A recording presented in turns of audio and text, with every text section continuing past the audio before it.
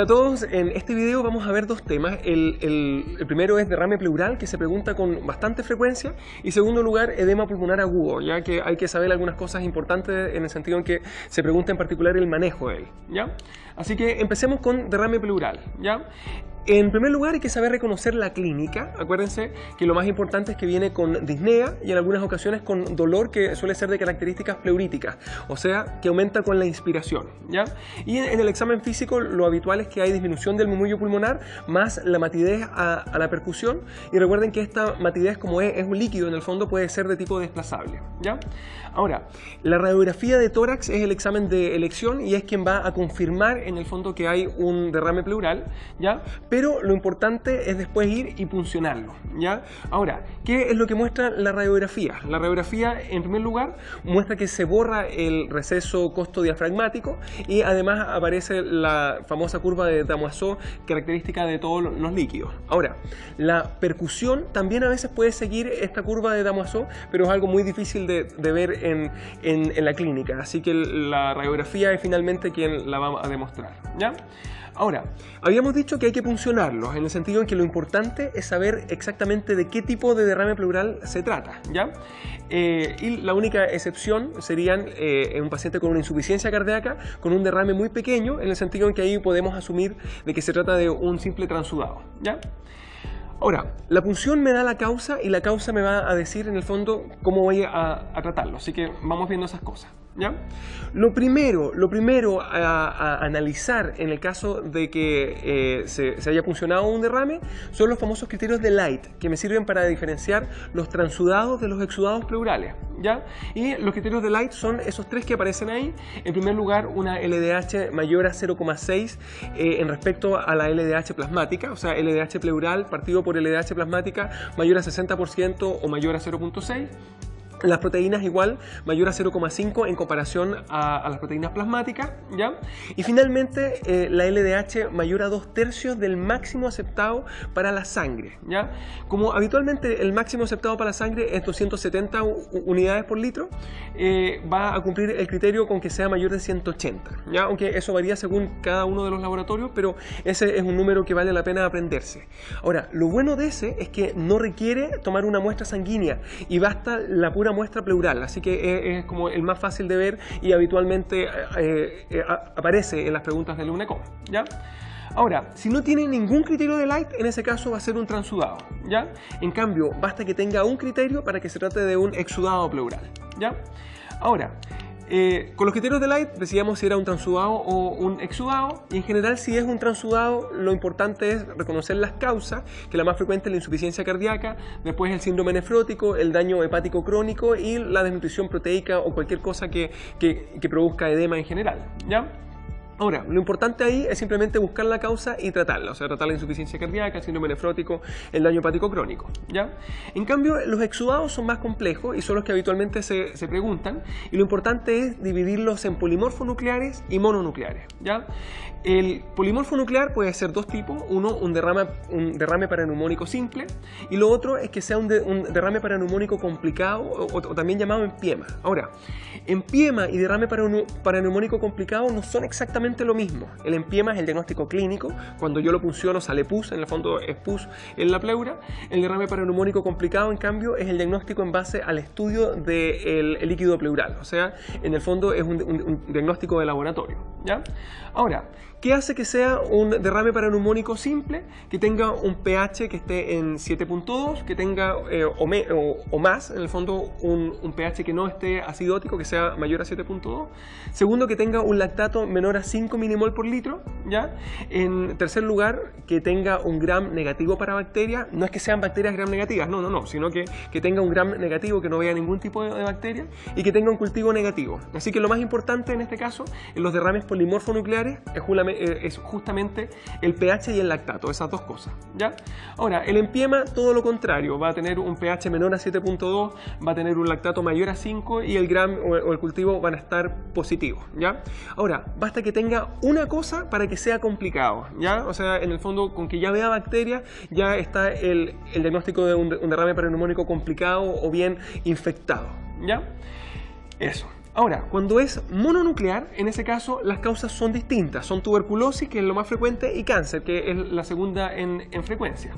Y lo característico de ellas, o lo que nos ayuda a diferenciarlo en el examen de líquido pleural, es la adenosíndeaminasa o la ADA, ¿ya?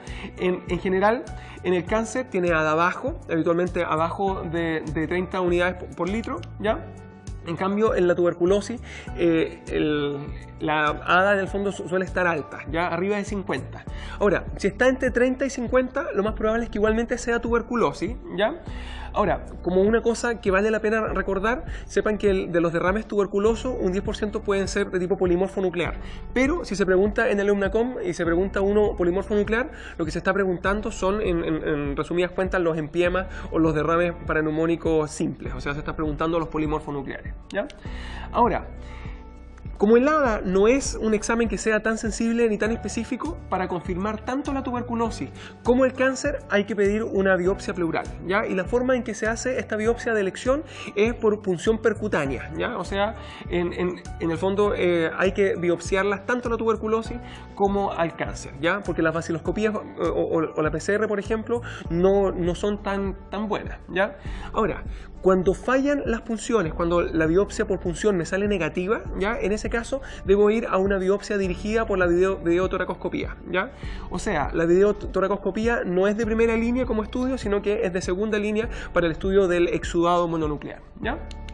Ahora, hay otros exudados que también tienen ADA alta y que se confunden, y hay que saberlos en el sentido en que son preguntables. En primer lugar, las enfermedades autoinmunes, en particular artritis reumatoide. También puede ser el lupus, ¿ya? En segundo lugar, el linfoma, ¿ya? Ahora, recordando que el linfoma es un cáncer y en general los cánceres eran con ADA baja, en este caso es distinto, es con ADA alta. Y en tercer lugar, el empiema, ¿ya? Con la diferencia que el empiema es polimorfo nuclear. Por lo tanto, si yo les digo, alguien tiene un exudado polimorfo nuclear con ADA de 100, por ejemplo, eso es un empiema, ¿ya? No es una tuberculosis en el sentido en que es polimorfo nuclear, y la tuberculosis polimorfo nuclear es una excepción que habitualmente no se pregunta, ¿ya? Ahora, si les preguntan una clínica o un exudado que pareciera ser una tuberculosis, pero está en contexto de toda una clínica de lupus, eso va a ser lupus, en el sentido en que acuérdense que el lupus produce igualmente, como todo lo que hay en esa lista, un exudado de tipo mononuclear con ADA alta, ¿ya? Ahora, ¿cuál es el tratamiento? El tratamiento va a depender del tipo de exudado, ¿ya? En general, en los transudados es simplemente tratar la causa. Ejemplo, tratar la insuficiencia cardíaca, ¿ya? En el derrame paraneumónico simple, en ese caso simplemente se dan antibióticos, ¿ya? Que son los mismos antibióticos de la neumonía. O sea, ceftriaxona habitualmente, en sentido que tenga un derrame suele ser un criterio de hospitalización, ¿ya? Ahora, si hay que drenarlo, pero se drena por la simple toracocentesis, por la punción. O sea, no hay que ponerle tubo, eso es lo importante. En cambio, en el derrame paraneumónico complicado o el empiema, en este caso se dan los antibióticos, pero además hay que instalarle un tubo pleural con trampa de agua, o sea, hay que instalarle una toracostomía. O sea, la importancia entre saber distinguir el simple del complicado es justamente que el complicado va a quedar con un tubo, en cambio el simple no, ¿ya? Ahora, a veces cuando pasa demasiado tiempo en los empiemas, estos tienden a organizarse, ¿ya? Y se loculan, se hacen como adherencias pleurales. Y en ese caso, de primera línea hay que darle un fibrinolítico por vía intrapleural. O sea, se utiliza el mismo tubo y ahí se inyecta el fibrinolítico, ¿ya? Y si eso falla, bueno, cirugía. Y la cirugía habitualmente es una decorticación de las adherencias y que se hace por videotoracoscopía de elección, ya menos invasivo, ¿ya? Si es que fuera un derrame tuberculoso, bueno, hay que darle la terapia antituberculosa, ¿cierto? Los fármacos, el RIPE, rifampicina, isoniazida, piracinamida y etambutol, igual que el tratamiento de la tuberculosis pulmonar, por si acaso, ¿ya? Ahora, si fuera un cáncer, ahí ya es más difícil, va a depender del tipo de cáncer y del estadio, pero en general cirugía, quimio, radio, o si ya está todo metastizado, suele ser un tratamiento de tipo paliativo, ¿ya? En el caso específico del mesotelioma, que es una causa de derrame de tipo exudado, de tipo maligno en el fondo, el tratamiento suele ser paliativo porque tiene un pronóstico bastante malo y suele ser irresecable, ¿ya? Ahora, sepan que el mesotelioma se considera en general una patología de tipo laboral porque está muy asociada a la exposición a asbesto, a la asbestosis, ¿ya? Ahora, Lo característico del mesotelioma, que probablemente no se va a preguntar con la imagen, pero sí se puede preguntar descrito en el caso, es que hay un engrosamiento de la pleura y además hay engrosamiento de las cisuras pleurales, ¿ya? Ahí se ve un derrame pleural en el lado derecho con la curva de Damoiseau, ¿cierto? La conducta en ese caso, como es grande, es funcionarlo, ¿ya? En esta otra radiografía se ve un mesotelioma que está también principalmente en el lado derecho y se ve que hay un poquito de derrame porque se borró el ángulo costodiafragmático y se ve la pleura que está engrosada y algo se alcanza a ver la cisura horizontal, ¿ya? En el sentido en que está invadida justamente por el mesotelioma. ¿Ya? De hecho, ahí están las flechas en el lugar en donde se ve esa cisura, ¿ya? Ahora, el segundo tema es el edema pulmonar agudo, así que empecemos a verlo, ¿ya? Su clínica, por regla general, es un cuadro de insuficiencia respiratoria, ¿ya? O sea, va a tener disnea, cianosis, aumento de la frecuencia respiratoria, o sea, taquipnea, uso de musculatura accesoria y, obviamente, de saturación arterial en la saturometría, aunque eso se ve muchas veces como cianosis en el examen físico, ¿ya? Ahora, el examen pulmonar suele sonar bastante, está lleno de crépitos bilaterales, habitualmente difusos, aunque en los casos más leves suelen estar solamente en las bases y en los casos más graves igualmente suelen ser más intensos en las bases, ¿ya? Ahora, la radiografía de tórax es lo que va a confirmar el diagnóstico, o sea, es un diagnóstico clínico radiológico, ¿cierto? Y habitualmente se ve un patrón tanto alveolar como intersticial, o sea, alveolo intersticial, ¿cierto? Con hilos prominentes, más los signos que puedan ver, o sea, que se pueda ver de la insuficiencia cardíaca, en el sentido que es la causa más frecuente, como la cardiomegalia, por ejemplo, más los signos de derrame pleural, que esos muchas veces son secundarios a la misma causa del edema pulmonar, o dígase la insuficiencia cardíaca, ¿ya?